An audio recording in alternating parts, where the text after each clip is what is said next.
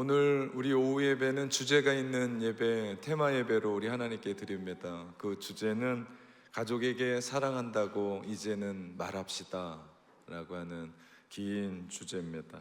사랑하는 가족에게 차마 말 못했었던 이야기들을 함께 하는 시간입니다. 사랑은 표현돼야 돼요. 표현되지 않는 사랑은 사랑이 아닙니다. 우리 사랑의 반대말이 뭐죠? 네, 뭐 많이 나오죠. 네, 미움이 아니에요. 사랑의 반대말은요, 무관심입니다. 네, 무관심. 그러니까 화라도 나세요. 화라도. 네, 물론 그렇다고 화내라는 얘기는 아니에요. 그죠? 관심을 갖자 하는 거죠.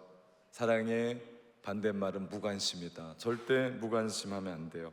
우리 가족 안에서 관심을 가지려면 가장 좋은 도구가 대화입니다. 대화. 근데 요즘은 가정에서 대화를 안 해요. 스마트폰 하나로 모든 게 다 해결이 돼요. 방과 방이 너무 멀다 보니까 문자를 보내서 물 떠와라 이렇게 막 문자도 보내고, 쓰레기 버려라 뭐 이렇게 문자도 보내고 그렇게 합니다. 절대 그러면 안 돼요. 아름다운 가정은요, 소통이 이루어져요. 요즘 부부간의 대화를 얼마나 합니까? 그리고 그 대화는 뭡니까? 전기세 냈어? 이런 거 말고요.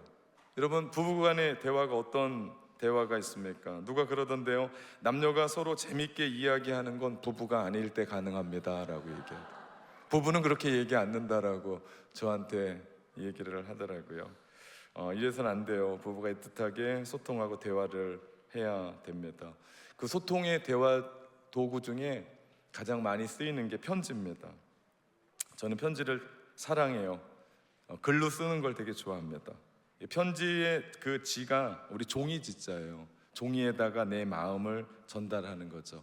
요즘은 뭐 휴대폰에 문자도 있고 인터넷에 메일도 있고 뭐 영상 메시지 많은 것들이 있는데, 사실은 편지 쓰는 거 귀찮거든요. 써야 되고, 잘못 쓰면 지우지도 못하고 버리고 다시 써야 되고, 우표 붙여야 되고, 그리고 우체통 찾아야 되고, 보내면 또 답장을 기다려야 되고, 좀 답답할 노릇인데, 그래서 이 편지가 많이 잊혀지는데, 그럼에도 불구하고 편지를 쓸 때 우리 가운데 유익한 의미가 있습니다. 종이에 쓴다는 것은요, 내가 그만큼 시간을 담는다는 거고요, 거기에 마음을 담는다는 데 있습니다. 그렇게 함으로 한 사람을 더 생각하고 깊은 소통을 하게 돼요. 그래서 오늘 가족들에게 편지를 쓴다는 그 중요한 것은 그 가족의 의미, 한 사람의 가치를 내 마음 가운데 담는 데 있습니다. 내가 가령 엄마한테 편지를 쓰잖아요. 근데 엄마에 대해서 편지를 쓰다 보면 결국 누구 얘기하고 있어요? 내 얘기하고 있어요. 그러면서 엄마에 대한 잘못됐던 점들, 그리고 나를 되돌아보면서 바라보고 성찰하면서 그 마음 가운데 나라는 사람을 알게 돼요. 그러니까 편지는 누구를 위해 쓰는 게 아니라 가만 보면 나를 위해 쓰는 것을 봅니다. 어떤 분이 자녀를 키우면서 싫은 소리를 한 번도 안 했대요. 언성을 높인 적이 없답니다. 그래서 그분한테 물었어요.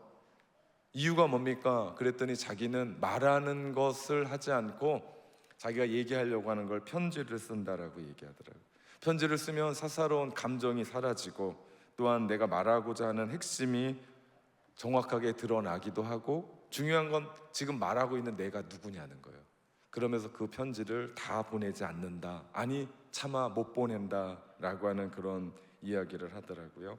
한국의 최고의 지성인이라고 불리우는, 우리 돌아가셨죠, 예수님 잘 믿고 돌아가신 이여룡 교수가 가정에 대해서 이런 얘기합니다.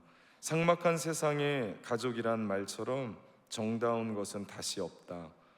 잘못이 있어도, 서운한 일이 있어도 한 울타리 안에서 한 핏줄을 나눈 가족끼리는 모든 것이 애정의 이름으로 용서가 된다.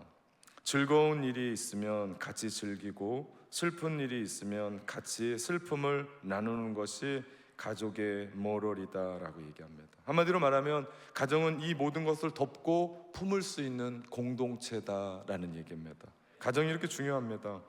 가장 소중하죠. 그래서 우리가 가정을 위해 기도하고 더 사랑해야 될 이유가 여기에 있습니다. 여러분, 그거 아십니까?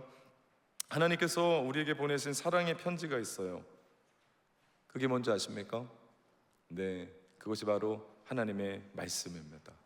이 말씀을 우리가 읽어보면요, 하나님의 그 사랑이 구구절절 이 안에 담겨져 있어요. 그래서 이 말씀을 읽다 보면, 듣다 보면 마음이 따뜻해지고요, 행복해지고 눈물이 나고 희망이 생기고 용기도 생기는 이유입니다. 하나님이 우리 가운데 보내주신 사랑의 편지이기 때문에 우리는 예수 그리스도 안에 그 십자가의 피로 한 피 받아 한 몸 이룬 형제요 자매인 줄 믿습니다.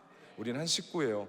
그러다 보면 이 앞에서 한 어린아이가 아빠한테 편지를 써요. 그건 그 아이의 아빠한테 보내는 것이 아니라 누구에게 보내는 거예요? 우리한테 보내는 거예요. 한 집사님이 나와서 자기 친정 엄마한테 편지를 보내요. 그러면 그건 그 친정 엄마가 받는 게 아니고 누가 받아요? 우리가 받는 거예요. 이렇게 편지는 우리 아들이 이 자리에서 읽으니까 나오는 게 아니라 이 편지는요, 우리 모두에게 주시는 하나님의 메시지라고요. 그렇기 때문에 가족에게 편지를 보내고 쓰는 건 누가 누구에게 보내는 것이 아니라 하나님이 우리에게 주신 한 가족된 우리에 대한 이야기입니다. 왜냐하면 그 편지 안에는요, 우리 안에 애환이 담겨져 있고 눈물이 담겨져 있고 뭐 그렇게 틀리지 않아요. 다르지 않아요. 다 느끼고 있는 감정이고, 누군가는 표현해서 얘기한 거고 누군가는 그걸 다 글로 못 표현하고 마음속에 있는 거예요.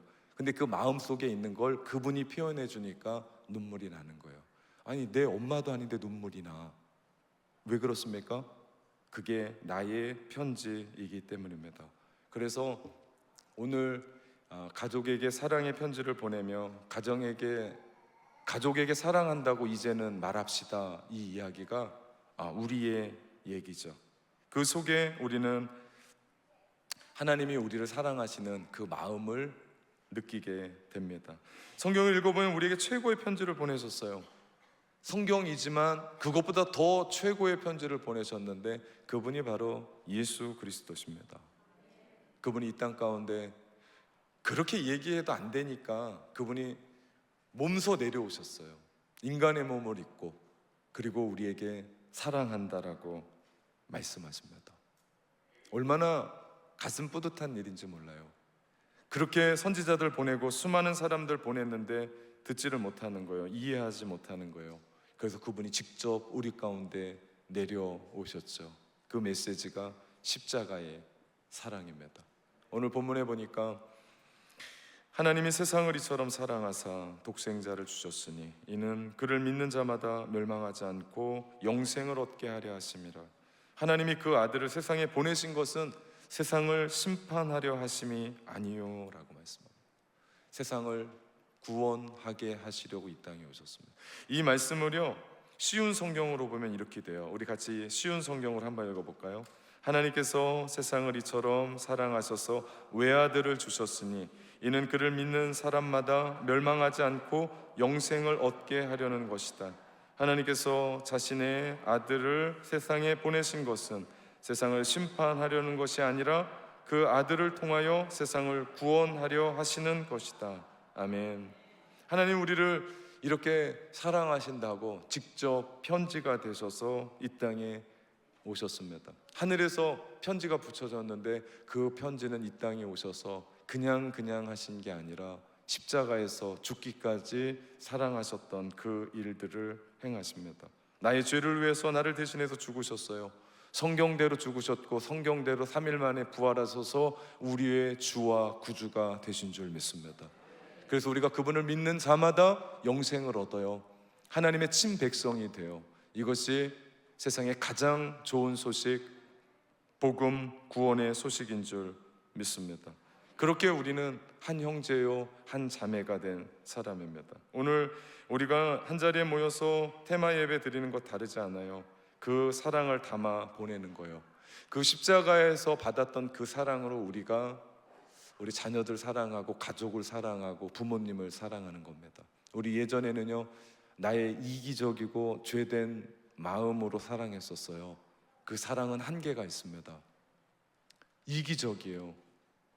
개인적이에요. 그런데 우리는 이제는 예수 그리스도께로 받은 그 십자가의 사랑으로 자녀를 사랑하고 부모님을 사랑하고 형제를 사랑하고 아내를 사랑하고 남편을 사랑합니다.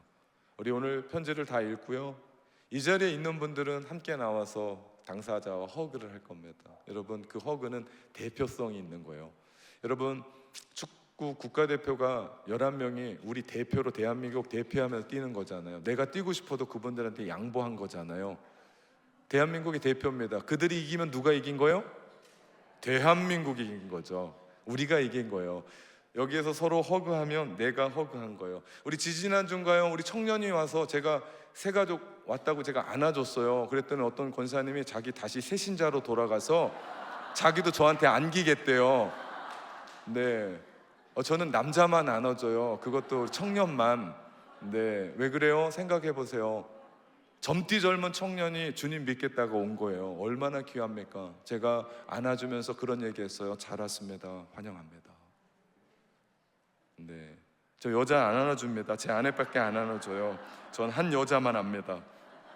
오늘 이곳에서 사랑한다, 사랑해 라고 함께 허그하며 안아줄 겁니다. 그러면서 우리는 찐 사랑을 볼 거예요. 여러분, 그거 아십니까? 사랑의 나눔 있는 그곳에 우리 하나님 계십니다. 오늘 그 우리 예배 가운데 한번 그 모습을 봤으면 좋겠습니다. 우리 함께 찬양해 볼까요?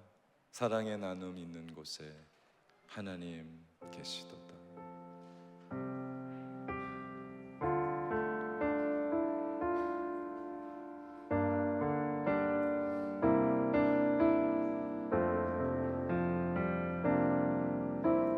사랑의 나눔 있는 곳에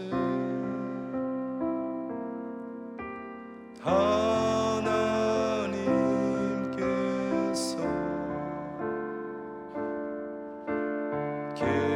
계시도다. 다시 한번 합시다. 사랑의 나눔 있는 곳에 사랑